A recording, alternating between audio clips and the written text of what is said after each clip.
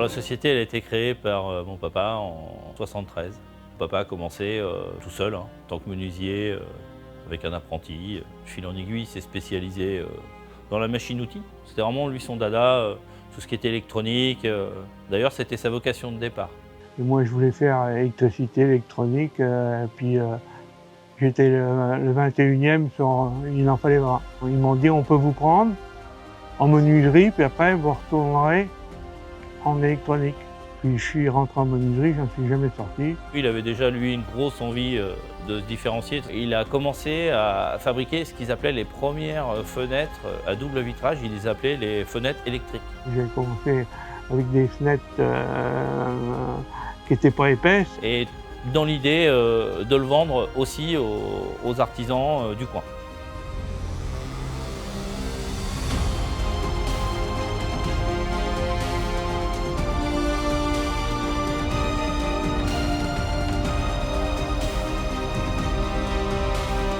L'objectif majeur sera de servir au mieux nos clients avant de chercher à faire de la quantité.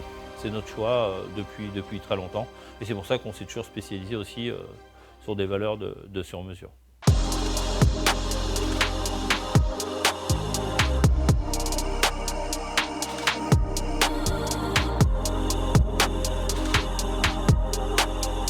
Comme nous, on était spécialisés dans le sur-mesure, on a fait énormément de choses en interne. On a fait développer aussi des petites machines avec des gens du coin. Parce qu'on voulait ça comme résultat et comme on ne trouvait pas en fait, sur le marché la machine capable de nous le faire, nous on fabriquait la machine. Et même dans l'informatique, ce qu'on appelle nous les drivers, il y a le langage informatique, il y a la machine, il nous faut le programme entre les deux qui va être capable de récupérer l'information et de la transformer pour l'envoyer à la machine. Et on a même l'idée aussi de faire un centre de formation en interne pour nos salariés et aussi pour une partie de nos clients qu'on pourra aider à des types de poses, à des réglages, à des choses un peu particulières. On est très proche de nos artisans, on a des petits secteurs.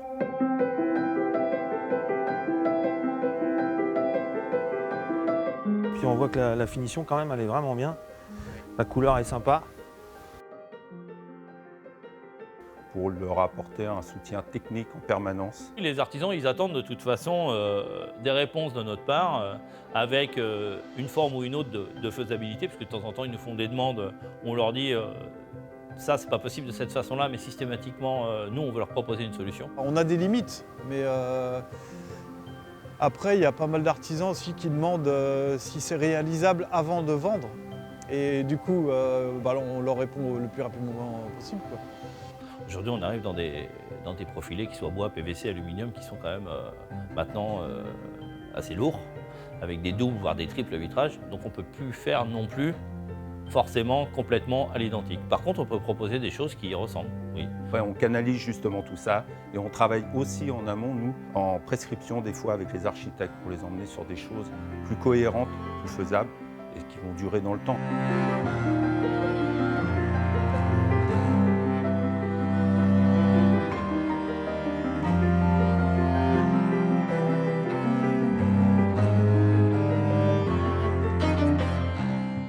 Cette force d'être proche de nos artisans, d'avoir ce côté humain avec nos artisans, de bien les connaître, de répondre à leurs attentes et ensuite de les accompagner jusque des fois chez le client pour la prise de code final et la mise en commande sur des choses un petit peu compliquées.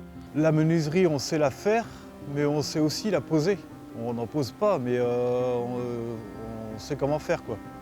Et du coup, si on voit des petits défauts qui vont arriver pour l'artisan, on fait remonter l'info, quoi. Il y a toujours une solution, il y a toujours c'est vite réglé, puis c'est pas loin, c'est vite, on n'a pas de soucis. Bien souvent, c'est le nom de l'artisan qui reste. LOL va s'effacer entre guillemets. On met avant tout nos artisans en avant, quoi, avec nos produits. Moi, c'est ce que je dis, quitte à faire quelque chose, autant le faire bien, autrement, ça sert à rien de perdre du temps. C'est pour le faire à moitié, aucun intérêt. J'aime bien vraiment les choses bien faites, mais bien faites.